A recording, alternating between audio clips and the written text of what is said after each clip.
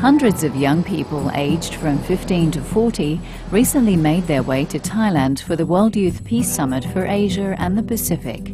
From throughout this country also, future youth leaders from Bangkok, Pattaya and the provinces joined hands to produce an action plan for regional stability and better understanding. Okay. We will now move to the ceremonial signing of commitment. What we're going to do is ask all of the committed volunteers who have just been selected for their countries to move to this side of the stage, and they will move past this declaration of commitment one by one and sign it.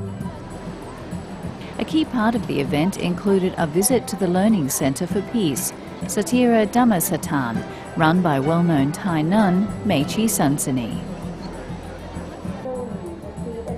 It was here that young people and senior peacemakers from the Asia-Pacific region had a chance to meet face-to-face and discuss their views on peace, one generation to another.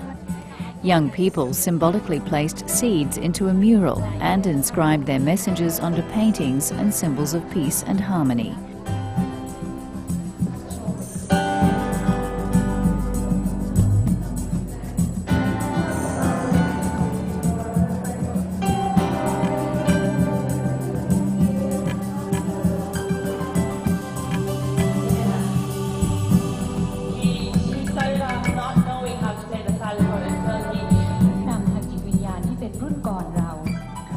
VIPs included former Bionic Woman, American actress Lindsay Wagner and her son, along with revered religious leaders from the region.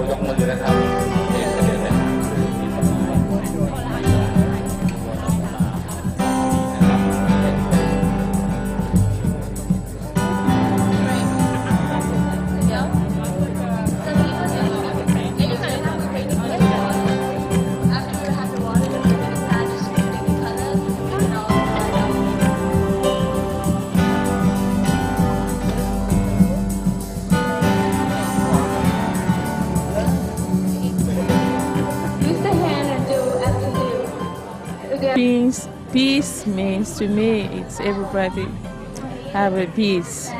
We need to welcome other people, custom, cultures, and we need to know about mutual understanding to become peace. Peace to me means unity, unity of cultures, of people, unity.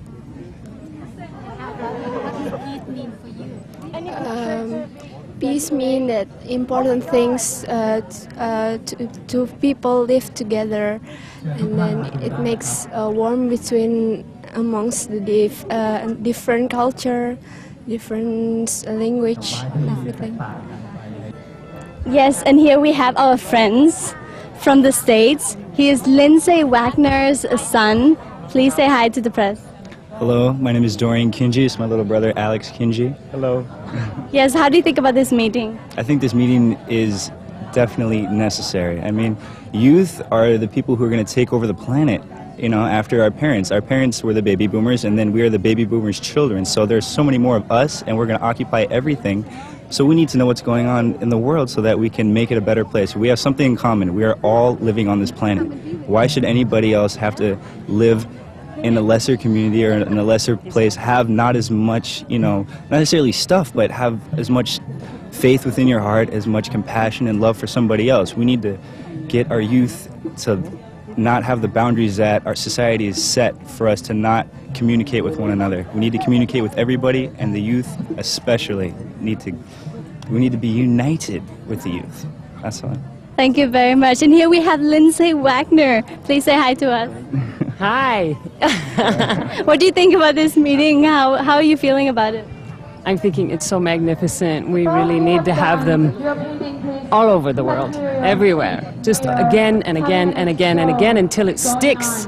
It needs to stick, and then it becomes society and community instead of an event. I want to see this become so infectious that it becomes systemic in our way of being.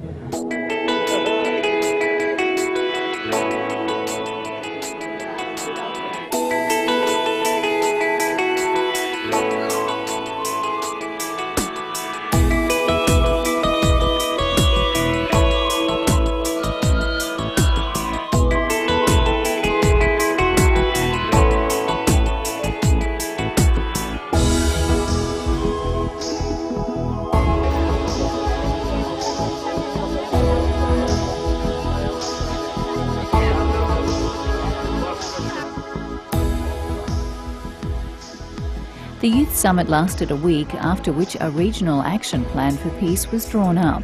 This will be taken to the World Youth Peace Summit in Nairobi, Kenya, in October this year.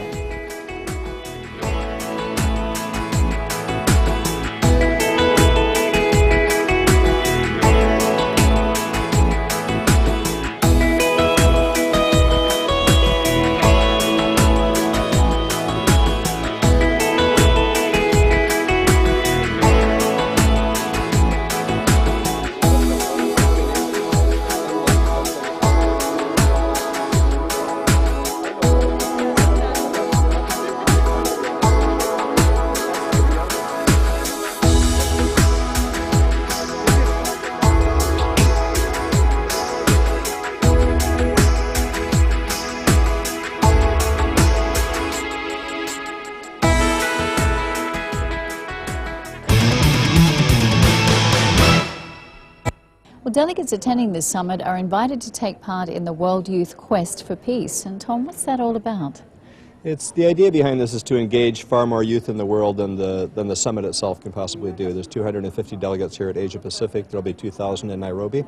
But we see the potential to engage millions of youth worldwide in fun, exciting activities that spread the word about the summit coming up, help the delegates going to the summit meet youth in their countries so they can take their message directly back to Nairobi, as well as to have youth from different cultures and different religious backgrounds and stuff meet each other, become friends together, because that's really what peace building is all about, is people getting to know each other and respect the differences. So this World Youth Quest for Peace already, we've just only been working on this a few weeks, but already we've got 20 nations involved in doing this. Some of the events are there's going to be a peace train crossing Canada in September, bringing together all the youth across Canada. In Asia here, there's going to be a bicycle quest from Beijing over the Great Wall across the Great Gobi Desert to Ulaanbaatar, Mongolia. There's going to be a peace boat going down the Mekong River on the border of Laos and Thailand into Cambodia. There's going to be treks for peace to the highest lake in the world in Nepal. Many, many events. Even in the South Pacific here, there's going to be voyages to different islands. In the Maldives here, they're going to be going by boat from island to island, having youth from around the world meet youth on those islands. And for them, in this case, it's quite interesting because they're discussing why is the society so peaceful? Why don't they have conflict and violence here? And how can we take that message, what they've learned in living there together harmoniously, how can we take that message to Nairobi? Now, some of these treks look like great fun. I mean, this one here in particular, what a great spot. Yeah. Well, that'll be great fun, and I think that's what it means to be young, is to get out there and enjoy adventurous things in the outdoors. And because there's three focuses for the World Youth Peace Summit, to find peace within, peace between peoples, and peace with nature, we want the young people to get out there in nature and really celebrate this incredible planet we live on, and meet each other and find that strength in their own heart, too.